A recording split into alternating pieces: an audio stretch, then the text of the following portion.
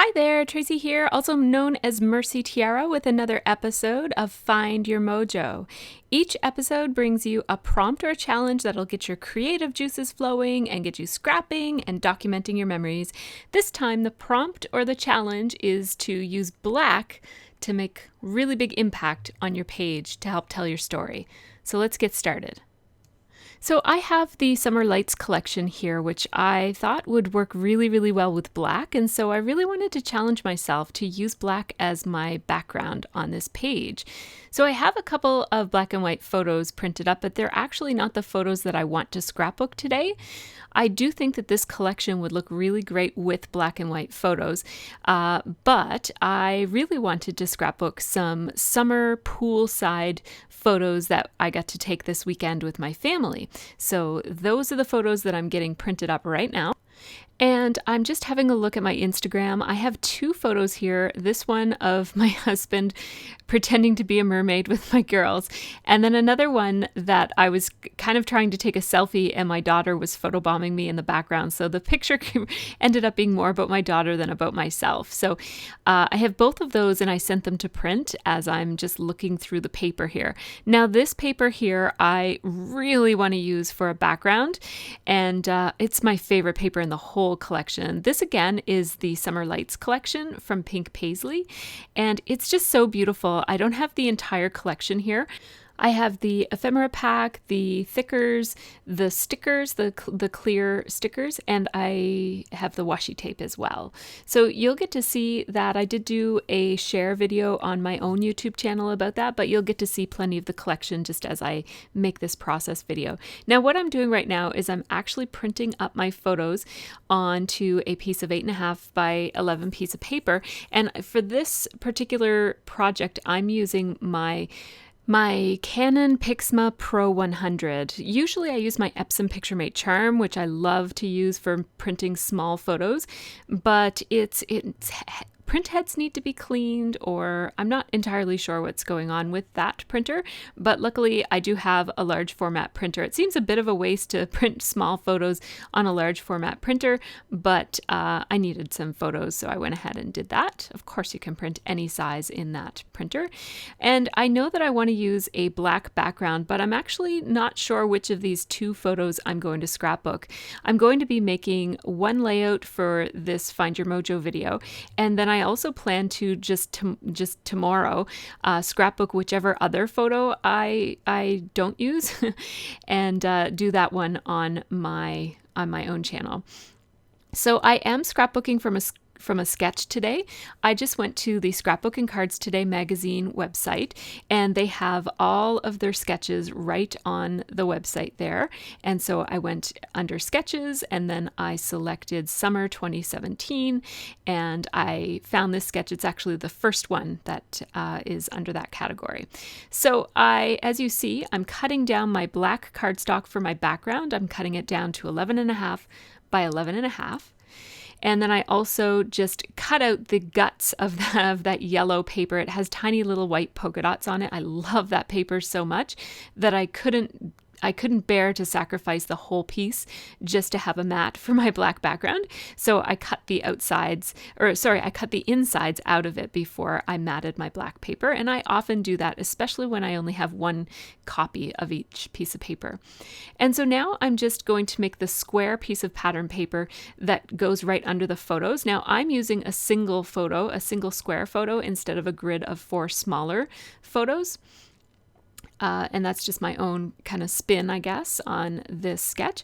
But I'm going to follow the sketch quite closely. There are a few things that I'm going to change up, including the photo, and I'll just talk about that as I go. So right now I'm looking for photos, and I'm a little bit sad that the back side of that yellow paper was also one of my other favorite papers, which is that heart. So I've only got a little bit of that. But I'm looking for, so I've already cut that square, but now I'm looking for something long and vertical to go behind that gray square. So in the sketch, it has little words written all over it, and it's the long vertical piece of pattern paper that stretches the background of the paper. And so I'm just having a look at the pattern, and I thought about maybe putting the mermaid, so that the word mermaid, so that you could see it. And if I did that, I would probably want to scrap the other photo that was of the girls and my husband being mermaids. So I decided to use this other strip and save that strip that had mermaid in a prominent spot, so that maybe I might use that strip when I scrap the other photo, which will probably be tomorrow. So I'm using my little Creative Memories trimmer to trim down this mat. I just roughly cut it on the two sides, and then I trimmed it down because I feel like I have a lot more control with that trimmer than I do with my large one. So that's something that I've been doing lately. And I'm thinking right where I'm kind of gesturing right there is where my title will go, which is exactly where it goes on the sketch, as you can see up in the top corner there. And I'm just having a moment of thinking, I had put the shell paper as my square, and I just kind of thought at the last minute, I think I'd rather have this pool paper. It looks like, the reflections of a pool or water. And so I thought that was a little bit more relevant to the story that I'm telling. So, and I really love the beautiful colors on it, how it goes from blue to pink or pink to blue. So I'm going to do a little switcheroo there. And I also use my ruler instead of cutting it down with my trimmer like I did before. And I like that look. It gives a nice casual look, and it also gives quite a bit more texture to your page. So I just made a little pencil line to know where I needed to trim this. I want it to span from the top to the bottom of the black paper, but I don't want it to overlap onto the yellow, like extend onto the yellow paper. Now there was a bit of a smear or a blob or something on my background, so I just switched my paper around so that it would be covered by the layers instead of exposed where that blob was. It was kind of going to be showing. So I start by picking out a couple of embellishments that I think will coordinate with the story that I'm trying to tell, as well as with some of the colors that are showing up in this photo. So the emojis I'm picking out because my daughter, who's in the background, really loves emojis. That little peace sign that of fingers is something that I'm going to put because my daughter, although she's not making the peace sign, she is gesturing with her fingers. And then I'm also going to layer a couple of tags together here. And you see how I'm kind of just ignoring that they have phrases on them, and that's because I plan to cover them. So the sketch calls for a single fishtail tag there with the title on it, and I'm going to have some layers here that at this point I'm thinking I'll put my title on top of those letters, and I'm not really sure exactly how I'm going to cover those letters that are there, the ones that say hey girl hey, and then I don't know what the other phrase says because it's mostly covered.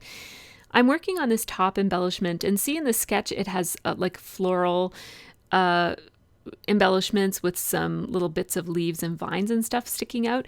I'm going to do something much more kind of like 80s graphic look as opposed to something floral like the sketch has, but I'm still going to put my cluster in the same spot. So I'm going to have a cluster up where the floral part is in the sketch, and I'm going to have another cluster around the title, and then I'll put a third cluster up where the smaller floral is on the sketch, and it won't be a floral for me in this particular layout. So right now I just have that wave there, and now I just added the rainbow, and those are just kind of to hold the space. And I'd like something like this lighted up, but lighted up doesn't really make any sense. So for now, I'm just kind of playing with it. There's not a whole lot of space to do something really big there. And so I don't know. I'm just going to kind of look through the ephemera pack and try to find something. This one says chillin', and she's definitely over there chillin' on the floaty. So I think that might be a good one to land there. I'm just going to take the little circle out of that die cut tag so that it actually looks like a tag. And now I'm just having a look at these stickers. Oh, I love these stickers. They are clear and so pretty. Like they're just kind of semi-translucent, I guess. Semi-transparent, I think is the word I'm looking for. Now, these are my Thickers alphabet alignment guides, and I am really excited to be trying them out. I'm so excited that I'm thinking, because I have these and they include some curvy and wave-like alignment guides, I'm thinking I might make my title curvy just because I can.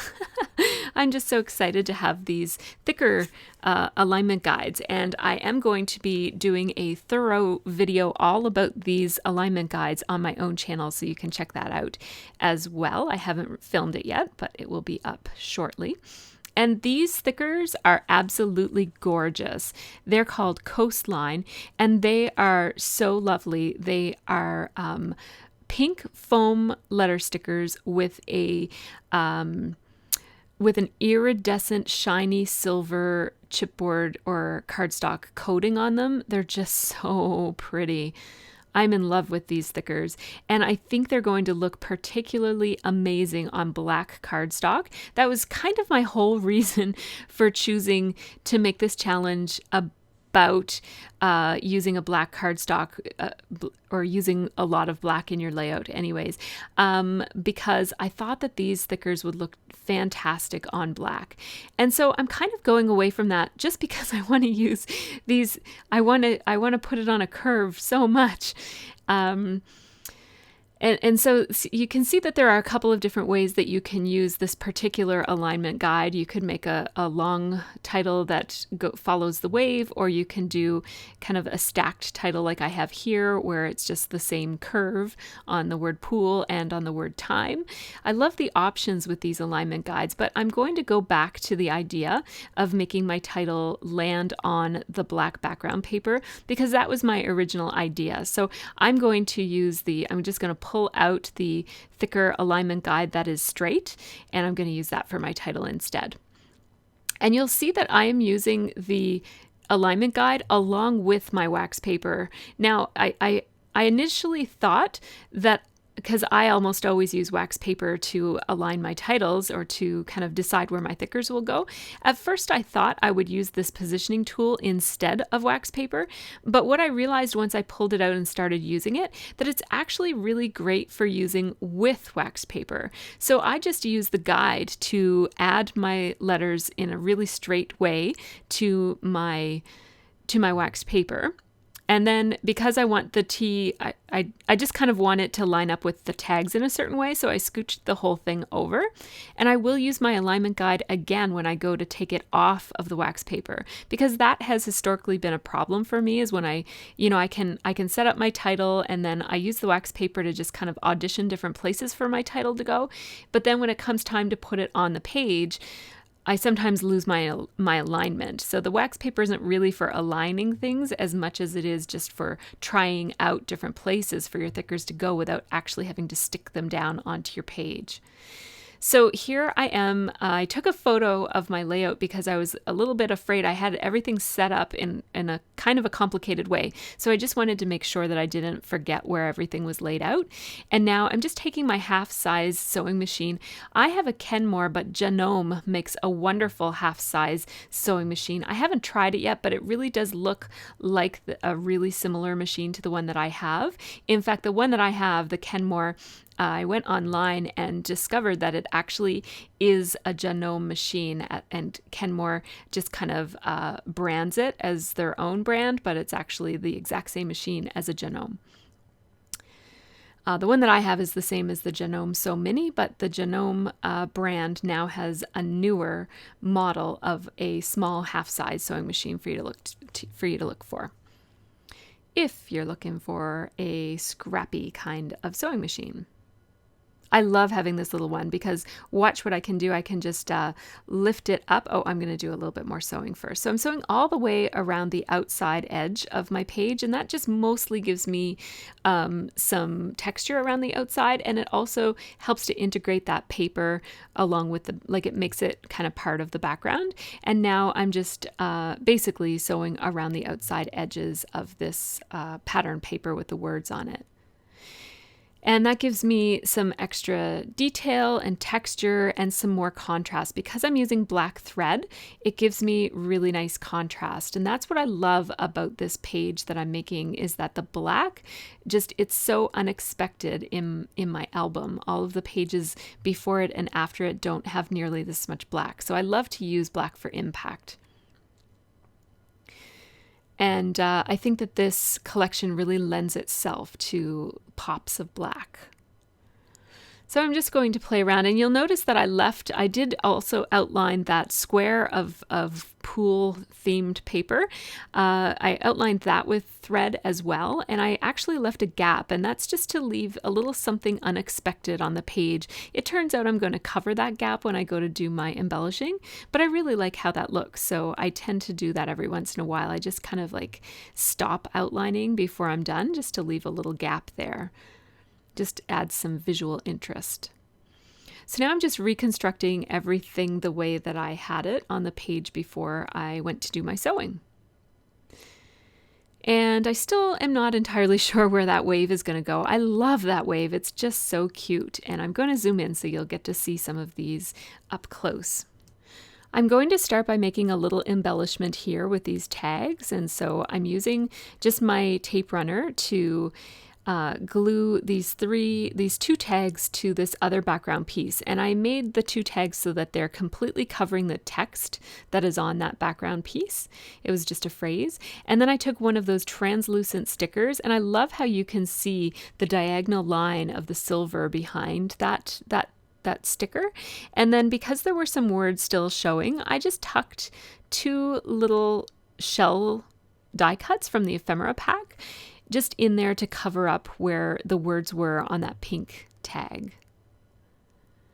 And now I just cut very short amounts of black twine, and I'm just going to poke it through and loop it around just like that, so that these look a little bit more like actual shipping tags. And now I'm going to outline around the edges of these tags, and I do outlining. Some people might do some inking here to accentuate the edges of things. I typically do outlining. It's just kind of my style. It's just become my look over time. And so it's a really fun and nice way to separate different elements on your page and to add some contrast between your elements. So everything was kind of blending in together, so that's why I outlined, just to emphasize the fact that there are two tags here. And then I just added a little strip of sewing, and that was just purely for design. It was just to add a little bit more of contrast and interest to that little embellishment. And now here's another detail that is, you don't really have to do this, but I love taking the time to do these extra details. I just outlined around the outside of that frame, and then I made sure when I cut that I was cutting inside of those lines, so that I definitely don't want to see the edge of the vellum. And I think that just adding the vellum to this little slide strip here, I don't know, it just finishes off that part of the embellishment, and it keeps the background layers from being too distracting where they peek through the little holes. And I realize that you can't quite see what I'm talking about quite yet, but in a second you'll see how my layers from the project below kind of show through where the vellum is. And if it wasn't vellum, the vellum just kind of softens that contrast up a little bit, so it doesn't look quite so harsh that you can see through the little window panes of that strip of film strip. There you go. Now you can see it a little bit better. So see how you can see through it, but it's not quite as bold as it would have been if it was clear. And I think that extra little detail is worth the extra time. And now I'm pretty sure that this wave is going to live right here and peek out on the left-hand side of that layered embellishment. And now here's what I'm doing. See, I just peeled back my wax paper and stuck the word time back onto my alignment guide. I'm just lining them up a little bit better. And then you just kind of stick the stickers down onto the background, and then you peel them up, and I'm going to show the whole thing again. So I peel back the wax paper, align the letters on the alignment guide, pull off the wax paper, place the letter stickers, which are now on the guide, just place them right on my page, stick them down, and then peel up the bottom parts of those letters, slip out the alignment guide, and then stick them down. And it's really, really easy. And I think it's actually easier and probably takes less time, even though it is a few steps. It takes less time than actually pulling each letter up off of the wax paper and putting it back down on the background. So I'm pleased with that process. It's fun and easy, and so far I really, really love that tool. So here I am placing this hand outline. It looks like a neon tubing of the peace sign.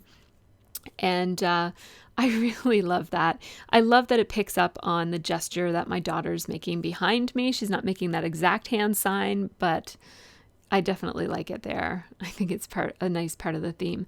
I just used my ruler there because that strip, that's the design strip, like on the bottom of the page. It's like the manufacturer strip. And it looked a little off to me. So I compared my grid mat and used my ruler to kind of span across my layout. And sure enough, it was off. So I just fixed it there. So working on a grid mat and having a ruler that's longer than 12 by 12 is really, really helpful when you want things to be lined up and even. It makes lining things up just so much easier and quicker. So because I am outlining over the iridescent silver coating, it's kind of like a foil coating on this die cut piece. I'm using a slick surface writer. So I'm using my Lumo Colors pen by Stettler, which is a permanent pen. It's like a Sharpie.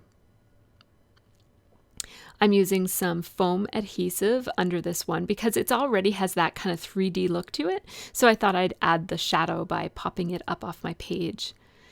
And then I'm just spreading these other embellishments around a little bit. Instead of having a really layered look, some of these are I'm floating them out onto the background paper, and I really like that look for this page.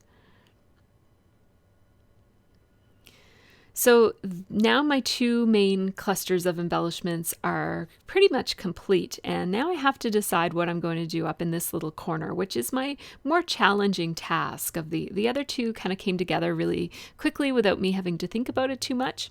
I thought about leaving some of those little threads hanging, but I decided they were kind of getting in the way and distracting a little bit, so I trimmed them off. This is definitely the more challenging cluster because it's not coming together quite as easily, but I think what it's missing is just something to unify it. So I'm going to cut this frame so that it's easier to slide in behind, and then this frame is going to pull everything together in this corner.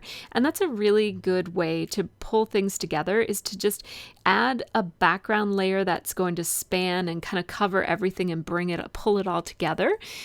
Or if not a layer, like sometimes I'll use a doily, or like here I'm using a frame, or I might use a die cut piece that's just a little bit that's large enough to serve as almost like a mat behind all of those embellishments, just to pull them together and make them look a little bit less random, like they're just kind of sticking out of there for no good reason. See how the frame just kind of like pulls them all together and kind of makes everything feel cohesive there in that corner.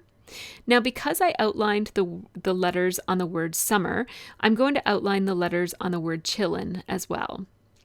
And I don't have to use my Lumo Color pen for this because it's not that foily type of surface. It's just regular cardstock. And I don't like to use a slick surface writer on non-slick surfaces because they tend to bleed a little bit too much for my liking. So I'm just using my Sharpie pen there. I didn't do the greatest job of outlining the letter C, but that's okay. I'm not stressing too much about it. I'm going to try to chill about that word. So now I'm going to use my ruler, and I have my layout lined up with the grid mat below so that it's on a straight line. And then I'm going to use my ruler and see how my ruler extends off the page over on the right-hand side there. I'm just making sure that my ruler is straight so that these lines will be straight. And I'm not worrying too much about the lines being all that even. I'm just eyeballing it. I'm using my Sakura Jelly Roll white pen, which is my very favorite white gel pen. I love that pen so much. It's so juicy and bright on a black background. I thought about using some of my this is a great opportunity to use gel pens on a black or a dark cardstock, but I thought I'd just keep it to white just for so it didn't get to be too busy. Now, one thing I do when I want my journaling to be right and fit on the lines that I've drawn is I'll use a piece of tracing paper.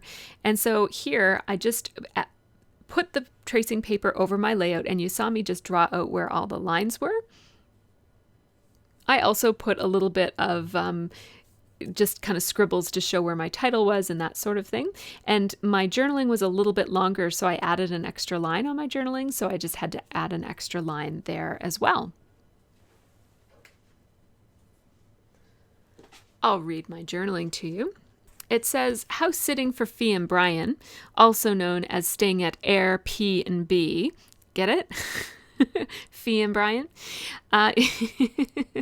We're very punny in our family. Is so relaxing. We go for walks on the trail nearby, which takes us right into New Glasgow, and plenty of pool time. And enjoy plenty of pool time. And then I added a little period there because I realized that my title was also part of a sentence. So I felt like I needed a title. Then I go on to say underneath, Fee and Brian are so sweet and leave us plenty of yummy food to make our stay. And then I changed it at the last minute, cheesy and fun. Just because they leave us cheesies every time. So another pun was necessary there. One isn't enough on one page. So I'm just using my Stampin' Up! Glue pen to adhere that little wave because I never did glue it down. And so you can see now that this layout looks almost identical to the sketch. I really did stay true to the sketch, but I used a completely different design instead of, or I guess different theming. So instead of using florals and more traditional type of design elements, I gave it this kind of retro 80s feel by using all these icons and keeping it really graphic and emphasizing the neon look that this collection has, the Summer Lights collection. And I love how all of these papers pop next to that black background. And one of the reasons I chose this design for this particular photo is that this photo has that big pop of my black hair, and that kind of pulls in. So it pulls some of the black background into the inner part of the layout, which I really like to do whenever I can. The mermaid photo didn't have quite as strong a black in the photo itself, so I thought I would save that photo for another day and another look. So here are the close-up photos, and you get to see just how beautiful this collection is. Oh my goodness, those colors are just so lovely. It's not often that we get to scrapbook with purple, so I'm really, really loving this because I enjoy purple. So I hope that you've enjoyed this process of using black to add impact to your page. If your mojo has gone missing, grab some black cardstock and add a lot of impact to your page. Make sure that you tag us with hashtag Find Your Mojo if you use black to make an impact this month. In the meantime, take care and have a really great scrappy month.